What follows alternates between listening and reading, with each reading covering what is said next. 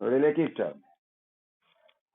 तो how will you define motion?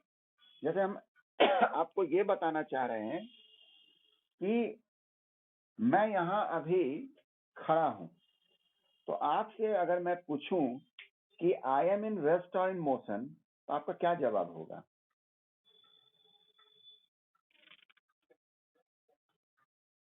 तो कुछ लोग जवाब दे रहे हैं रेस्ट, लेकिन नहीं देना चाहिए था। ठीक है, हाँ हाँ हाँ, जरा सा मैसेज सेंड करना, रुकिए रुकिए। अब कोई बच्चा जवाब दे दिया मोशन।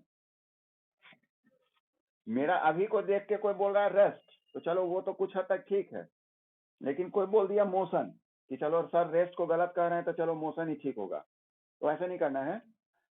पहले आपको सवाल करना विथ रिस्पेक्ट टू व्हाट, यानी किसके रेस्पेक्ट में सर आप पूछ रहे हैं कि आप मोशन में या रेस्ट में हैं, है ना? यदि मैं यस यस यदि मैं इस बोर्ड के रेस्पेक्ट में बात करूं तो आई एम इन रेस्ट, लेकिन मैं अगर मून के रेस्पेक्ट में बात करूं, सन पे कोई बैठा हुआ है, मान लो आज मन किया समीर को सूरज पे बैठने का और वहां से वो मुझे देख रहा होगा, तो मैं मोशन में हूं, है ना? क्योंकि अर्थ रोटेट कर रही है और अर्थ पे मैं बैठा हूं, तो इसलिए मैं भी घूम रहा हूं, है ना? तो वो जो आप रेफरेंस लेते हैं with respect to what, that is called reference frame, या अभी 9th क्लास के शब्दों में हम कह सकते हैं रेफरेंस पॉइंट।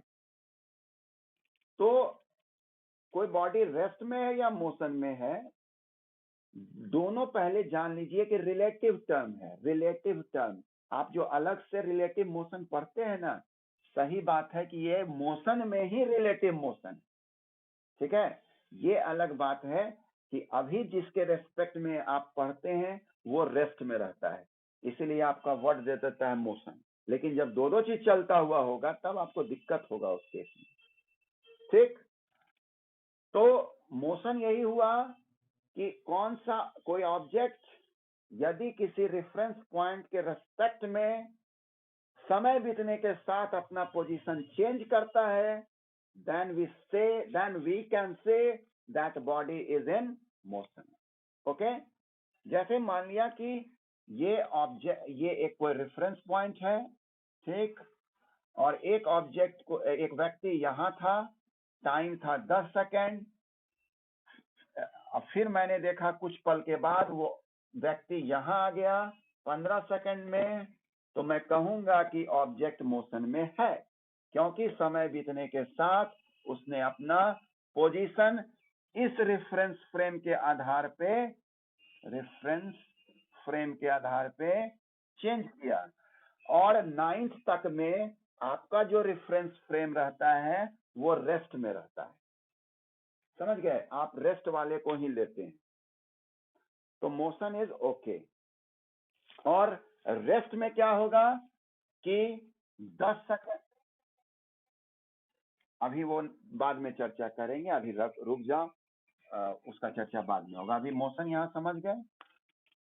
और अगर हम देखते हैं कि ये 15 सेकंड में जो बढ़ा हुआ हम देखते हैं कि नहीं, ये अगले 15 सेकंड में भी यही है, अगले 20 सेकंड में भी यही है, अगले 25 सेकंड, तो कहेंगे कि it is in rest, because this man is not changing its position with respect to this reference frame with the passage of time, यानी टाइम बीतने के साथ इस रेफरेंस पॉइंट के रेस्पेक्ट में उसने अपना पोजीशन चेंज नहीं किया, therefore this body is in rest. Okay, over. Motion rest समझ में आ गया प्यारे बच्चों?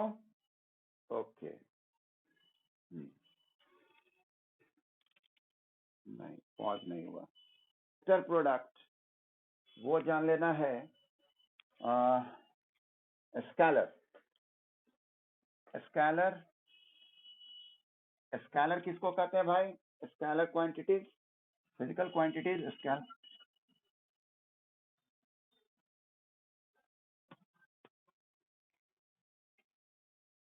हाँ, जैसे आप कोई भी फिजिकल, कोई भी फिजिकल क्वांटिटीज आप लेते हैं, हाँ, तो आपको कुछ शर्तें पूरी करनी होती है। तो पहला तो फिजिकल क्वांटिटीज है, इट मीन्स मेजरमेंट तो होना ही होना है। अगर मेजरमेंट नहीं हुआ तो फिजिकल क्वांटिटीज में आएगा नहीं, तो मेजरमेंट इज नेसेसरी। अब है कि उसमें डायरेक्शन नेसेसरी है या नहीं, वो मायने रखता है। On the basis of requirement of direction, there are two physical quantities. One is scalar, which do not require direction for its description, and the another is vector quantities, which requires direction for its description. तो किसी में direction की जरूरत है और किसी में जरूरत नहीं है। जिसमें डायरेक्शन की जरूरत है वो वेक्टर है, और जिसमें जरूरत नहीं है वो स्केलर है। मैग्नीट्यूड तो दोनों में जरूरत है भाई, क्योंकि हम पढ़े ही हैं कि फिजिकल क्वांटिटी तभी होगा विच कैन बी मेजर्ड। तो मेजर्ड है तो क्वांटिटी पता है, ये क्वांटिटी तो दोनों में होना है ना। तो भले डिफिनेशन में बड़ा जोर देके बोलते हैं कि विच रिक्वायर्स ओनली मैग्नीट्यूड, तो मैग्नीट्यूड तो होना ही होना है, दोनों में होना है। बस कहो कि एडिशनल क्राइटेरिया है कि वेक्टर वाले में डायरेक्शन चाहिए और स्केलर में डायरेक्शन नहीं चाहिए। ठीक है, तो स्केलर फिजिकल क्वांटिटी हो गया मैग्नीट्यूड, मैग्नीट्यूड प्लस डायरेक्शन, है ना। और वेक्टर में हो गया आपका, वेक्टर क्वांटिटीज में ओनली, गलत हो गया जी, गलत हो गया, ओनली मैग्नीट्यूड। हाँ, ओनली मैग्नीट्यूड, ओनली मैग्नीट्यूड। हाँ हाँ, और वेक्टर में उल्टा नहीं हुआ, मेन वेक्टर पहले बोला जाता है ना, इसीलिए लिखा गया। वेक्टर क्वांटिटीज में magnitude, magnitude plus direction. Okay, तो ये है वेक्टर और ये हो गया scalar. Scalar only magnitude, vector magnitude plus direction. तो वेक्टर क्वांटिटी का एग्जांपल कुछ बताओ। इस वायर, अभी मेरा गलती का क्या था। हाँ, वेक्टर का हो गया वेलोसिटी, है ना, डिस्प्लेसमेंट, जो आप लोग को पढ़ना है वही पर चर्चा कर रहे हैं। और इसी का वेलोसिटी का ही, वेलोसिटी में चूंकि डायरेक्शन भी नीड है, हाँ एक्सेलरेशन भी है, लेकिन जिसमें डायरेक्शन का नीड है उसको हम लोग स्पीड कह देते हैं। यानी स्पीड विथ डायरेक्शन हो गया वेलोसिटी, और without direction that is speed. Displacement, और हाँ ये हो गया विद डिस्टेंस, है ना। और भी है, बहुत सारा है। टाइम हो गया स्केलर में। इसमें अगर आ जाओ एक्सेलरेशन, सिद्धि ठीक बोली है, फोर्स, है ना, फोर्स है। तो बहुत कुछ आप पढ़ लिए हैं, बताइए तो, और कुछ बताओ तो वेक्टर में। ये कौन बच्चा, ये अगर किसी का आवाज है, एक बच्चा भी हैव अ नाइस डे। हाँ, वर्क, अरे रे रे, very very very well, work is not a vector, work is scalar. इसमें अगर हम आए तो मोमेंटम, मोमेंटम लिख सकते हैं, वर्क इसमें लिख दो भाई स्केलर में। ओके, ये बात हो चुका है उतना। अरे यार, अब ये बात पूछ रहे हो, वर्क हम जब पढ़ा रहे थे उसमें क्लियर भी किए थे डॉट प्रोडक्ट के रूप में। अच्छा कोई बात नहीं, रिवीजन में हम आएंगे तो वहां बता देंगे। ऐसा कुछ नहीं कि फोर्स और डिस्प्लेसमेंट है तो हमारा प्रोडक्ट जो होना चाहिए वो वेक्टर ही होना चाहिए। इसी आधार पे तो दो प्रोडक्ट है, एक क्रॉस प्रोडक्ट है और एक डॉट प्रोडक्ट है।